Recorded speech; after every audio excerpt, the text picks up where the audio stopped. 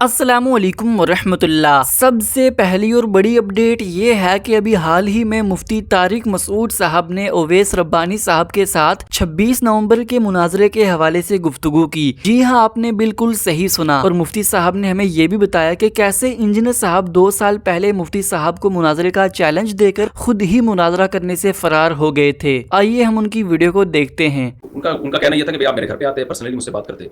तो मेरा दावा ये था कि भाई जो काम ओपनली हो रहा है, अब तक जो कुछ हो रहा है सबके सामने होना चाहिए ना। मेरे और आपका तो इंजीनियर साहब का कहना ये था कि नीचे आप आके बैठ के मुझसे बात करते, हम आपको प्रोटोकॉल देते, एयरपोर्ट से लेके आते। तो वो तो खैर अब किस्सा पुराना हो गया, उसको क्या दोबारा अब नया होने लगा है। 26 नवंबर को हमने उनसे दोबारा कहा है कि उलमा के साथ बैठ जाएं, क्योंकि उन्होंने कहा था कि मैं बैठना चाहता हूं। तो हमने कहा, आप जौन सा भी आलम कहते हैं, खुद मुफ्ती हनीफ कुरैशी आपसे तलबगार हैं इस बात के कि बैठ के किसी के अकायद के ऊपर एतराजात करने से बेहतर है अवाम को। मुनाजरेबाजी गलत चीज है, लेकिन फिर इस तरह की तकरीरें करना भी गलत चीज है। बात यही है, मुनाजरेबाजी से बाकी फायदा नहीं होता, मैं मानता हूं इस बात को। लेकिन जब आप बार बार चैलेंज कर रहे हैं ना किसी चीज पे, तो चैलेंज का मतलब ये होता है कि मैं फेस करने के लिए तैयार हूं। अब उसमें मैं तो हकीकत इंजीनियर साहब का टॉपिक अब नहीं छेड़ता। आपने पूछ लिया और आप उनके फ्रेंड भी हैं, दोस्त भी हैं, तो इसलिए मैं ये आपके कहने पर बात कर रहा हूं कि जब आप चैलेंज करते हैं ना, तो चैलेंज का मतलब होता है कि फिर फेस करना उसको। अब उनकी राय है, इंजीनियर साहब की राय, कि आप यूट्यूब पे फेस करें उसको, क्लिप बनाएं आप। तो मैं समझता हूं इंजीनियर साहब ने जब इतने बड़े बड़े चैलेंज किए हैं, तो उसको सामने बैठ के फेस करना चाहिए उनको। अगर हनीफ कुरैशी साहब है या कोई भी है, तो जब चैलेंज किया तो फिर आप बैठे, दूध का दूध पानी का पानी हो जाएगा। और लेकिन उसमें फिर जाहिर है, जब भी आपकी बहस होती है तो उसकी कुछ शराइत तो तय होती है ना। जी, पहले से बैठे इंजीनियर साहब तैयार जब होते हैं बैठने के लिए, तो बगैर शर्तों के, तो बगैर शर्तों के भी मुर्गों की लड़ाई होती है। फिर दो मुर्गे जब आपस में लड़ते हैं ना, तो कोई शर्तें नहीं होती। तो देखिए क्या असर होता है। तो शर्तें, तो शर्तों में कोई नाजायज शर्तें थोड़ी, टॉपिक किस मौजू पर बहस होगी। ऐसा ना हो एक मौजू कंप्लीट नहीं हुआ, दूसरा छेड़ दिया। ऐसा ही तो टॉपिक होना चाहिए, फिर किस टॉपिक पर कितनी देर बात होगी, दलाइल कहां से दिए जाएंगे, ये तो जो भी बहस करना चाहता है वो हक है कि वो ये। और हम ये थोड़ी कह रहे हैं कि हमारी शर्तों पे थर्ड पर्सन होगा, कोई भी सालिस होगा जो माकूल शर्तें, जिसको लोग कहेंगे यार ये तो बिल्कुल 2 और 2 4 की तरह है। तो हनीफ कुरैशी साहब हो या कोई भी हो, तो बाकी उनका अपना मौक़िफ़ है। इंजीनियर साहब का कोई राय किसी पर मुसल्लत तो नहीं कर सकता। उनका मौक़िफ़ है कि मैं नहीं बैठना चाहता। तो जो जिसका मौक़िफ़ है उस पे कायम रहे, उसमें किसी पे, हमको पुलिस तो है नहीं कि ना पुलिस में है ना पुलिस में। ये थी पहली अपडेट। अब बात करते हैं दूसरी अपडेट के बारे में। दूसरी अपडेट ये है कि रिसेंटली कैसर अहमद राजा साहब ने अपनी लेटेस्ट वीडियो में इंजीनियर साहब के हवाले से ये बयान किया कि इंजीनियर साहब का हुलिया तो इस्लामी है, लेकिन दूसरी तरफ इंजीनियर साहब अपने ऑफिशियल यूट्यूब चैनल से सेकुलर्स की वीडियोस के नीचे कमेंट करके उन्हें अप्रिशिएट करते हैं, जिससे हमें ये तासुर मिलता है कि बहुत सी ऐसी बातें हों जो इंजीनियर साहब खुद कहना चाहते हो, लेकिन चूंकि उन्होंने मजहब का लिबादा ओढ़ा हुआ है, तो इस वजह से वो डायरेक्टली खुद अपनी जुबान से उन बातों का इकरार नहीं कर सकते। तो इसीलिए वो सैयद मुजम्मिल शाह साहब जैसे सेकुलर्स की वीडियोस के नीचे कमेंट करके उन्हें अप्रिशिएट करते हैं। क्योंकि आपका जो हुलिया है वो इस्लामी है, आपकी सपोर्ट सेकुलर्स के साथ है।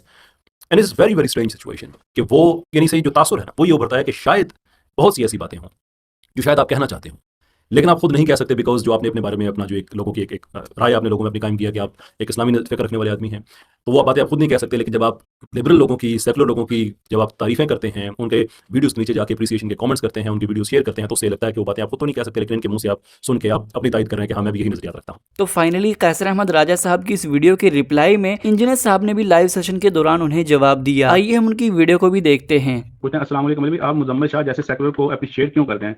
यहाँ पे मैं ये समझूं कि आप अपने सेकुलर नजरियात सेकुलर के जरिए पेश कर रहे हैं। मैं तो हर बंदे की जो अच्छी बात है उसको अप्रिशिएट करता हूँ। कि मुजम्मिल शाह के सेकुलर नजरियात सारे के सारे तो मैं उसे अप्रिशिएट नहीं करूंगा। जहां मुझे इत्तेफाक है मैं उसको अप्रिशिएट करूंगा। किसी के साथ 100% एग्री करना तो नामुमकिन है। इन चीजों से बाहर निकले, उसकी वजह है कि इस तरह फिर आप लोग लर्न नहीं कर सकते। मैं गांधी साहब की तारीफ करता हूँ, तो इसका क्या मतलब है गांधी साहब के गलत नजरियात को मैं ऑन करूंगा? मैं तो अपने भी गलत नजरियात को ऑन करने के लिए तैयार नहीं हूँ। मैं हमेशा यही कहता हूँ अपने स्टूडेंट से कि मैं जो बात दलील से कर रहा हूँ, वो दलील अगर आपको मजबूत मालूम होती है आप उसको ले लें, अदरवाइज आपको उससे कोई मजबूत चीज मिलती है वो आप उसको अडॉप्ट कर लें। और अगर वो वाकई मजबूत है तो हमें भी बताएं, हम भी आपके साथ जाएंगे। हम ये नहीं कहेंगे कि वो आपकी पार्टी है हमारी पार्टी, नहीं, हम आपके साथ जाएंगे, उस दलील को अडॉप्ट कर लेंगे। आप स्पेसिफिकली वो बात करें कि कौन सी बात ऐसी है जो कुरान और सुन्नत के मुनाफी है, और मैंने उस बात को एंडोर्स कर दिया। तो इन चीजों से आप बाहर निकले। यही चीज है कि मुसलमान लर्न नहीं कर सके, और अल्लाह करे कि इंसान इन तरह की चीजों से बाहर निकले। ये थी दूसरी अपडेट। अब बात करते हैं तीसरी अपडेट के बारे में। तीसरी अपडेट ये है कि रिसेंटली मौलाना तारिक जमील साहब ने उन तमाम लोगों के एतराज का जवाब दिया जो तारिक जमील साहब पर ये एतराज कर रहे थे कि तारिक जमील साहब ने अपने बेटे आसिम जमील साहब की कुरान ख्वानी या फिर नमाज जनाजा के बाद दुआ क्यों की।